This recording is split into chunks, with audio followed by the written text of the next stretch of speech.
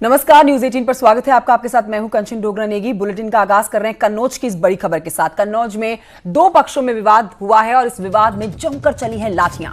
एक दूसरे पर जमकर चले ईंट और पत्थर। दोनों पक्षों के कई लोग घायल हुए हैं। गांव में तनाव की स्थिति बनी है। मारपीट का वीडियो हुआ वायरल। विशुनगढ़ थाना क्षेत्र खरौली गांव की यह घटना है। लोकेश दुबे मेरे सहयोगी कन्नौज से मौजूद है। लोकेश, एक तरफ लॉकडाउन, घरों में लोग रह रहे हैं, बाहर निकलने की अनुमति नहीं है, दूसरी तरफ ये दो पक्षों की भिड़ंत। जी बिल्कुल, ये लॉकडाउन पे कहीं ना कहीं सरकारी जो व्यवस्था है उस पर सवालिया निशान लगा रही है। किस तरह से ये लोग गांव में बाहर आए होंगे, फिर झगड़ा हुआ है। हालांकि ये दोनों जो पक्ष हैं इनमें बच्चों में मामूली विवाद हुआ था, उसके बाद झगड़ा हुआ है। लेकिन ये कहीं ना कहीं जिस तरीके से लॉकडाउन पालन कराने की बात कही जा रही है और किस तरीके से लॉकडाउन पालन हो रहा है, वो ये वीडियो बता रहे हैं कि दो पक्ष खुलेआम बाहर झगड़ा कर रहे हैं, पथराव कर रहे हैं, लाठियां बरसा रहे हैं। पर ऐसा क्या हो गया लोकेश? क्या सिर्फ बच्चों की आपसी झगड़े में ये विवाद इतना बढ़ गया कि लाठी डंडे चलने लग पड़े और हालात ऐसे हो गए कि इसको काबू करने के लिए अब सुरक्षा बलों को पहुंचना ही पड़ेगा वहां पर? जी बिल्कुल, हाँ कहीं ना कहीं गांव में तनाव है, बताया यही जा रहा है। पुलिस अधिकारी से जो बात हुई, उन्होंने जो बयान दिया है उनका कहना है कि गांव में ये दो पक्ष हैं, इन दोनों पक्षों के बच्चे थे जो कि खेल रहे थे। इसके बाद में इनका विवाद हो गया और विवाद के बाद में दोनों पक्षों के लोग, बड़े लोग बाहर आ गए और झगड़ा करने लगे, जिसमें कि 7 लोग घायल हैं। तो दिख ही रहा है लोकेश अब तस्वीरों में कि बच्चे तो नजर नहीं आ रहे हैं झगड़ा करते हुए, पर लाठियां भांजते हुए यहाँ पर बड़े जरूर नजर आ रहे हैं। शुक्रिया आपका जानकारी के लिए।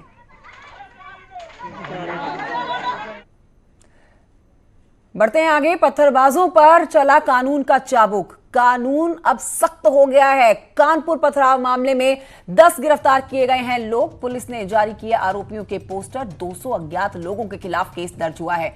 पोस्टर में बकायदा इनकी तस्वीर लगाई गई है। लोगों ने पुलिस पर किया था हमला।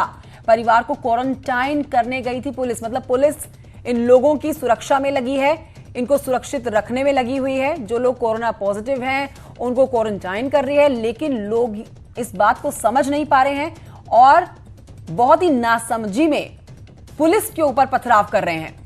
लेकिन अब ऐसा करना भारी पड़ जाएगा क्योंकि अब ये कानूनन जुर्म है। लेकिन फिलहाल जो तस्वीर आपके सामने है, 200 अज्ञात लोगों के खिलाफ केस दर्ज हुआ है जिन्होंने पथराव किया पुलिस के ऊपर, सुरक्षा कर्मियों के ऊपर, जिनमें से 10 गिरफ्तार कर लिए गए हैं। बाकी की तलाश जारी है। तो महामारी एक्ट में अब यह संशोधन किया गया है कि अगर कोई भी शख्स, वॉलेंटियर्स, जो लोग मदद करने के लिए उतरे हुए हैं कोरोना पीड़ितों की, उनके ऊपर हमला करते हैं, ये वॉरियर्स ही हैं जो कोरोना पीड़ित और उनकी परिजनों की रक्षा करने के लिए खुद की जान जोखिम में डाल के दिन रात एक किए हुए हैं। लेकिन ऐसे में इन लोगों को पत्थरबाजी का सामना करना पड़ता है। अब कानून का शिकंजा चलेगा और कानून का चाबुक कुछ ऐसा चलेगा कि 7 साल की सजा का प्रावधान है और 5 लाख का जुर्माना भी लगेगा। यह संशोधन किया गया है महामारी एक्ट में। तो ये बड़ी खबर यूपी से, और आपको जो तस्वीर दिखा रहे हैं ये कानपुर में पथराव के मामले की है। कानपुर में पथराव किया गया था सुरक्षा कर्मियों में, जिसमें 200 लोगों के जो तस्वीर आप देख रहे हैं, इसका पोस्टर बनाया गया है और 10 लोगों को गिरफ्तार किया गया है। और इसी खबर पर अमित गंजू की तरफ सीधा रुख कर लेते हैं जो हमारे साथ जुड़ गए हैं कानपुर से। अमित गंजू, अब ये जो चाबुक चलाया गया है उन लोगों के खिलाफ जो लोग सुरक्षा कर्मियों के ऊपर हमला कर रहे हैं और ये नहीं समझ पा रहे हैं कि वो सुरक्षा कर्मी हैं जो उनको बचाने के लिए अपनी जान जोखिम में डाल के सड़कों में उतरे हैं। किसी को शौक नहीं है इस समय, कोरोना के समय में जहां पर लोग घर में कैद हैं, वो बाहर निकलें और अपनी जान जोखिम में डाल के दूसरों की सेवा करें। आपने बिल्कुल सही कहा। देखिए, मैं बताना चाहूंगा कि पुलिस सड़क पर है, इसीलिए लोग सुरक्षित हैं। निश्चित तौर पर पुलिस आपके लिए खड़ी है, इसलिए लोग अब घरों में चैन से सो पा रहे हैं। लेकिन कुछ लोगों ने माहौल खराब करने की कोशिश की, जिसका मुंहतोड़ जवाब डीआईजी अनंत देव तिवारी ने दिया और 12 घंटे के अंदर धरपकड़ करके 10 मेन लोग जिन्होंने पुलिस के साथ में सैंडलिंग की, जिन्होंने पथराव किया, उनको सलाखों के पीछे ला दिया। हालांकि उनके सहयोगी जो बाकी लोग हैं जिनको चिन्हित नहीं हो पा रहे हैं, कुछ ऐसे लोग थे जो उस भीड़ में पीछे खड़े थे, चिल्लाने में खड़े थे। जो पत्थरबाज मेन थे वो 10 इस वक्त सलाखों के पीछे। 150 से 200 लोगों के खिलाफ एफआईआर अज्ञात दर्ज हुई है। यानी जितने लोगों ने इस पूरे शहर के अंदर, खासकर उस लोकेलिटी में माहौल खराब करने की कोशिश की है। डीआईजी ने साफ कहा है बख्शे नहीं जाएंगे, निश्चित तौर पर उनको भी धरपकड़ की जाएगी। 5 टीमें गठित कर दी गई हैं, जिसमें क्षेत्राधिकारी एक टीम के प्रभारी हैं, 3 थाना अध्यक्षों को लगाया गया, एडिशनल एसपी खुद लगे। डीआईजी ने खुद मोर्चा संभाला और इंस्पेक्टर को इस कार्य से अलग रखा है। यानी पहली बार ऐसा देखने को मिल रहा है कि कोई आईपीएस ऑफिसर डीआईजी लेवल का थाने पर बैठ के इसकी निरीक्षण कर रहा है। तो इसकी गंभीरता देखी जा सकती है, क्योंकि जिस प्रकार से कल पत्थरबाजी हुई है उससे माहौल खराब करने का कोशिश की थी और व्हाट्सएप और सोशल मीडिया ने बिल्कुल है। पत्थरबाजी की कोई जरूरत नहीं है, लेकिन बेचारे पुलिसकर्मी जो हैं इन पत्थरबाजों का शिकार बन रहे हैं। ऐसे में इनकी धरपकड़ बेहद जरूरी है।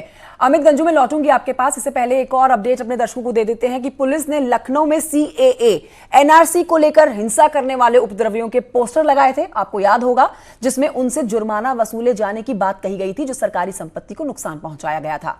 और इसको लेकर कानूनी विवाद भी हुआ था, जमकर सियासत भी हुई थी।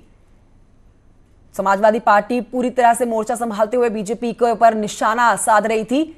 लेकिन अब एक बार फिर से ये जो पोस्टर चस्पा किए गए हैं उन लोगों के खिलाफ जिन्होंने सुरक्षा कर्मियों के ऊपर हमला किया, वो भी तब जब वो सुरक्षाकर्मी उन्हीं की रक्षा के लिए सड़कों पर उतरे हुए हैं। ऋषभ मणि त्रिपाठी मेरे साथ मौजूद हैं और जानकारी के साथ साथ ही अमित गंजू भी हैं। लेकिन ऋषभ मणि, आपके पास आना चाहेंगे। लखनऊ की तस्वीर वो भी आज लोगों के जहन में है, जब सीएए एनआरसी के खिलाफ यहां पर पुलिसकर्मियों के साथ एक बार फिर से उनके ऊपर हमला करते हुए उपद्रवी नजर आए थी। तब भी पोस्टर चस्पाए गए थे और अब एक बार आज फिर से वो दिन आ गया है जब उन लोगों के खिलाफ पोस्टर लगाने की नौबत आ गई है जो सुरक्षा कर्मियों के ऊपर हमला करते हैं।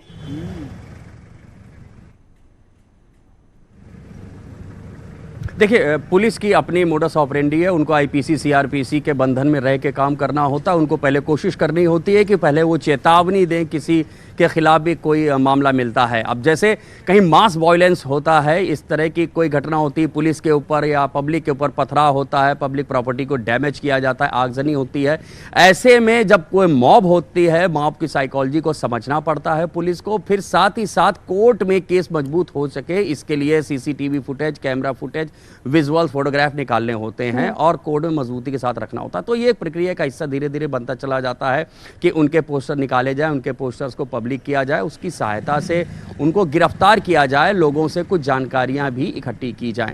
ये पुलिस की मोडस ऑपरेंडी का हिस्सा होता है। वही कानपुर में भी करने की तैयारी हो रही है, वही लखनऊ में भी हुई थी जब एंटी-सीएए प्रोटेस्ट, एनआरसी प्रोटेस्ट चल रहा था, उस दौरान भी किया गया था। ये बात बिल्कुल सही है कि उस वक्त इसकी मुखालफत हुई, तमाम लोग इसके खिलाफ कोर्ट गए थे।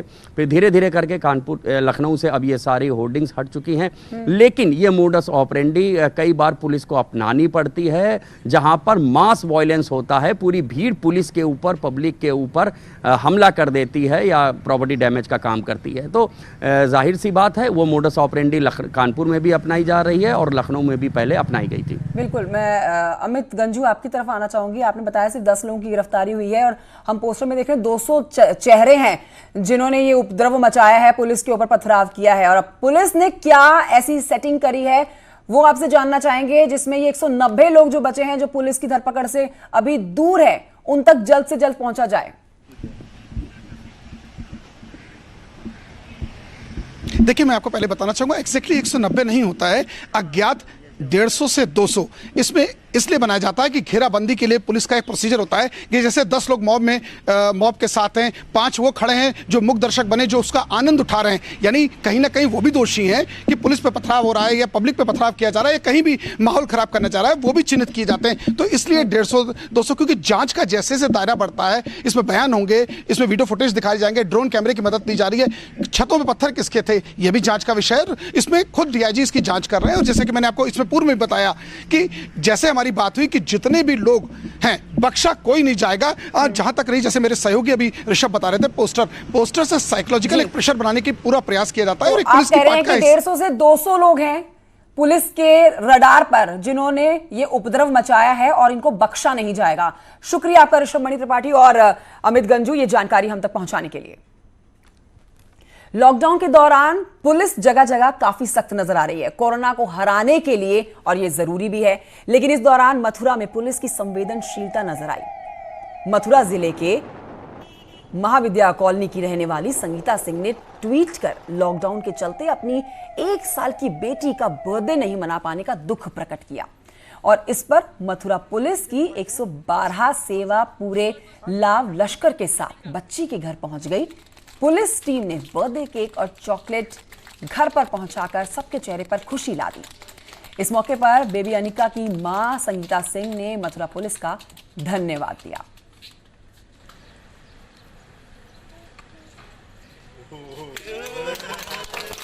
मैं सबसे पहले यूपी पुलिस को और कॉल 112 को बहुत बड़ा धन्यवाद बोलना चाहूँगी कि उन्होंने मेरी आज बेटी का बर्थडे इतना मेमोरेबल बनाया। मैं सोच भी नहीं सकती थी कि इस लॉकडाउन में ये भी संभव है, बट यूपी पुलिस ने इतना बड़ी चीज़ मेरे लिए की। मैं उनके लिए बहुत बड़ा थैंक यू बोलना चाहूँगी। तो यूपी पुलिस तेरे रंग अनेक, ये कहना गलत नहीं होगा। नितिन गौतम हमारे साथ जुड़ गए हैं इस पर बात करने के लिए। नितिन गौतम, ये कहना वाकई में गलत नहीं होगा कि यूपी पुलिस तेरे रंग अनेक। एक तस्वीर वो जिसमें पुलिस वाले जो हैं दंड देते हुए, अजीबोगरीब तरीका का दंड देते हुए नजर आते हैं, उनकी आलोचना होती है। और अब ये तस्वीर दिल को खुश कर देने वाली है कि छोटी सी बच्ची को खुश करने के लिए देखिए पुलिसकर्मी अपनी ड्यूटी छोड़कर इस बच्ची के लिए केक लाए और पूरा परिवार खुश हो गया। जी देखिए, हम अपने दर्शकों को बताना चाहेंगे, पुलिस के बारे में एक कहावत और कही जाती है कि पुलिस जब चाहे, जैसा चाहे, जो चाहे वो कर सकती है। और लॉकडाउन में भी इसी तरीके की जो कहावत है वो चरितार्थ होती हुई नजर आ रही है, जिसमें पुलिस के कई रंग दिखाई दे रहे हैं। कहीं पुलिस जो भूखे लोग हैं उनकी मदद करती हुई दिखाई दे रही है, तो किसी बुजुर्ग को जिसको दवाई की और फल की जरूरत है, जिसके आपने उनके पास नहीं है, उनकी मदद करती हुई दिखाई दे रही है। तो वहीं कुछ तस्वीरें ऐसी भी हैं जो पुलिस को शर्मनाक करती हैं।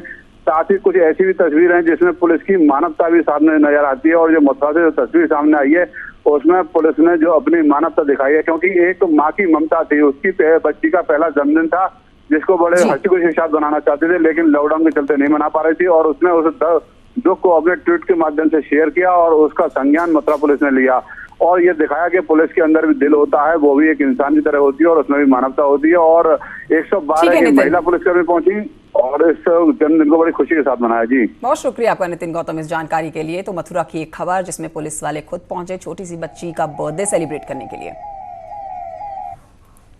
बुलंदशहर में दो पक्षों में खूनी संघर्ष हुआ और खूनी संघर्ष में 6 से ज्यादा लोग घायल हुए हैं। वीडियो वायरल हुआ है। झगड़े की वजह का पता अभी तक नहीं लग पाया है। पुलिस शिकारपुर कोतवाली के गांव बोहिच का ये मामला बता रही है।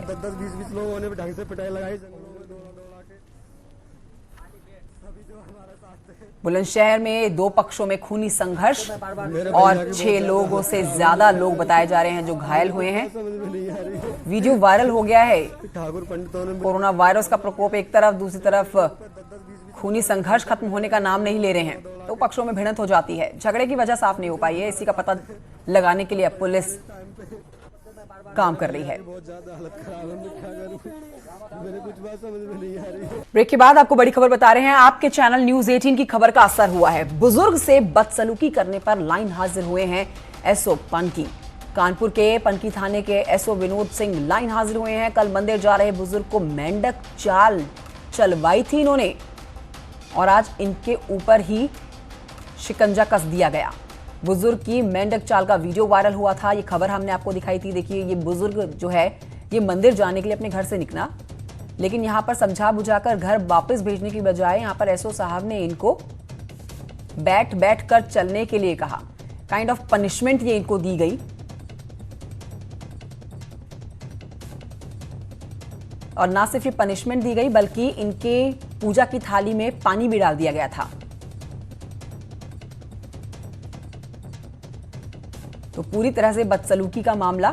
समझा बुझाकर घर वापस भेज सकते थे। आखिर बुजुर्ग शख्स है, उनके साथ इस तरह की हरकत करना ठीक नहीं, लेकिन यह हरकत करना महंगा पड़ गया क्योंकि लाइन हाजिर कर दिए गए हैं अब एसओ पनकी। कानपुर के पनकी थाने के एसओ विनोद सिंह हब हो चुके हैं लाइन हाजिर। श्याम तिवारी मेरे सहयोगी और जानकारी के साथ मौजूद हैं। श्याम तिवारी, इनको लाइन हाजिर किया गया है और क्या क्या इनके ऊपर एक्शन लिए गए हैं? जी, जिस तरीके से ये वीडियो सामने आया अमानवीय कृत्य का कि एक व्यक्ति जो पीपल के पेड़ पर पानी चढ़ाने जा रहा था, उसने रिक्वेस्ट किया बकायदा कि मैं पीपल के पेड़ तक जा रहा हूँ। सिंगल आदमी था, उसको रोक करके जिस तरीके से अमानवीय व्यवहार इसने किया, उसको जब न्यूज 18 ने प्रमुखता से दिखाया तो इसके बाद अधिकारियों ने मामले को संज्ञान लिया और एक वीडियो बयान जारी होकर के मामले की जांच सीओ को सौंपने की बात कही गई थी, जिसके बाद सीओ ने इस मामले में जांच की तो फौरी तौर पर जब ऐसो को दोषी पाया गया तो उनके ऊपर तत्कालीन उनको हटाने की कार्रवाई की गई है। इसके अलावा जो विस्तृत रिपोर्ट सीओ एसएसपी को सौंपेंगी, उसके बाद आगे की कार्रवाई की जाएगी। जी शुक्रिया आपका श्याम तिवारी इस जानकारी के लिए। तो ऐसा होना लाजमी था, क्योंकि जैसे को तैसा गलत तरीके से उन्हें ये करने के लिए कहा गया, समझा बुझाकर वापस भेजा जा सकता था, लेकिन जब ये वीडियो वायरल हो गया और इस हरकत का जब पता लगा तो ये साफ था कि कार्रवाई की जाएगी। घर से राशन और सब्जी लेने के लिए निकला लड़का अपने साथ दुल्हन लेकर आया। इसके बाद कैसे मचा बवाल, गाजियाबाद से आई हुई इस रिपोर्ट को देखिए। गाजियाबाद के साहिबाबाद कोतवाली में दुल्हन के जोड़े में खड़ी एक लड़की, नीली शर्ट में दिख रहा लड़का खुद को इस लड़की का पति बता रहा। कैमरा थोड़ा आगे और बढ़ता है। अब पीली साड़ी में कुर्सी पर बैठी इस कहानी की तीसरी किरदार यानी दूल्हे की मां। लॉकडाउन में जब पूरा देश अपने घरों में कैद है, उस दौरान ये परिवार कोतवाली पहुंचा है। लड़के की मां के मुताबिक बेटा घर से राशन और सब्जी लेने के लिए निकला था, लेकिन वापस अपनी दुल्हन को लेकर आया। लड़के की मां को अपने बेटे का इस तरह से शादी करना पसंद नहीं आया, सो मां ने कहा घर में न घुसना। इसके बाद मामला कोतवाली पहुंचा। शादी का लाया है, मैं अंदर नहीं घुसने दे रही। कोरोना चल रहा, 2 महीने से मैं बाहर नहीं निकली, आज निकल गया। ये जाता कर रहा, राशन लेने जा रहा हूँ, मैं अलग बनाऊंगा। तो शादी का आपको इसने बताया? नहीं पता, ये जगा रहा है बहू का। लड़के के मुताबिक उसने शादी की है और उसके पास इसका सबूत भी है। हालांकि जब लड़के से सबूत दिखाने के लिए कहा गया तो वो नहीं दिखा पाया। वहीं लड़की का कहना है कि हमारी कंडीशन ऐसी थी कि शादी करनी पड़ी। हमने मंदिर में शादी करी है, आज हम मंदिर में गए थे, विष्णु दत्ती से हमारी बात हुई थी पंडित जी से, हमें परमिशन नहीं मिल पाई लॉकडाउन के कारण। तो ऐसे शादी कैसे हो गई? तुम कैसे शादी मान रहे हो सर? सर हमें खुद से शादी करी है, 2-3 महीने पहले शादी कर चुके हैं हरिद्वार में। अच्छा। तो सारे प्रूफ है हमारे पास, सारे प्रूफ है। सर हमने बात करी थी पंडित जी से, तो उन्होंने लॉकडाउन के बाद बोला था, लेकिन हमारी कुछ कंडीशन ऐसी थी जो हमें इस तरीके से करनी पड़ी। लाख समझाने के बाद भी बेटे से मां की नाराजगी कम नहीं हुई और उसने घर के दरवाजे बेटे और बहू के लिए बंद कर दिए। अब इस लॉकडाउन में दोनों को किराए के घर में जाना पड़ा। Bureau report, news 18। 3 मई के बाद लॉकडाउन खुलेगा या नहीं खुलेगा, ये तस्वीर अब तक साफ नहीं हुई है, लेकिन 4 मई के बाद सरकार लोगों को कुछ और ढील देने की तैयारी कर रही है। रिपोर्ट देखिए। गृह मंत्रालय ने अपने आधिकारिक ट्विटर हैंडल से लॉकडाउन से मिली राहत के बारे में जानकारी दी। उन्होंने लिखा है कि अब तक की तस्वीर बताती है कि लॉकडाउन से जबरदस्त लाभ और सुधार देश के लोगों को हुआ है। ऐसे में 4 मई से लोगों को कुछ और राहत मिलने की खबर है, लेकिन 3 मई तक लॉकडाउन का सख्ती से पालन कराया जाएगा। अब आपके मन में सवाल होंगे कि अगर राहत मिलेगी तो किसे दी जाएगी, वो छूट कैसी होगी, क्या किसी व्यक्ति या परिवार को निजी वाहन से आने जाने की छूट होगी, और अगर होगी तो क्या शर्तें होंगी। इसको लेकर अभी तक किसी तरह की गाइडलाइन जारी नहीं की गई। गृह मंत्रालय की गाइडलाइन के मुताबिक लॉकडाउन में फंसे प्रवासी मजदूरों, तीर्थयात्री, सैलानी, छात्र और कई अन्य जगहों पर फंसे लोगों को घरों तक पहुंचाने का प्लान है। इसके लिए सभी की जांच होगी। जांच में सब कुछ ठीक रहा तो घर जाने की छूट होगी, लेकिन सोशल डिस्टेंसिंग का सख्ती से पालन कराया जाएगा। गृह मंत्रालय ने निर्देश जारी किया है जो छात्र, क्योंकि हमारे छात्र बहुत स्थानों पर स्थान पर रुके हुए थे और बड़ी कठिनाइयों का सामना भी वो कर रहे थे। हालांकि हम सब व्यवस्थाओं को देख रहे थे, लेकिन आज जो छात्र जगह जगह सीमाओं पर रुके हैं, उन स्थानों पर हमारे रुके हुए हैं, वो अब अपने गंतव्य तक जा सकेंगे।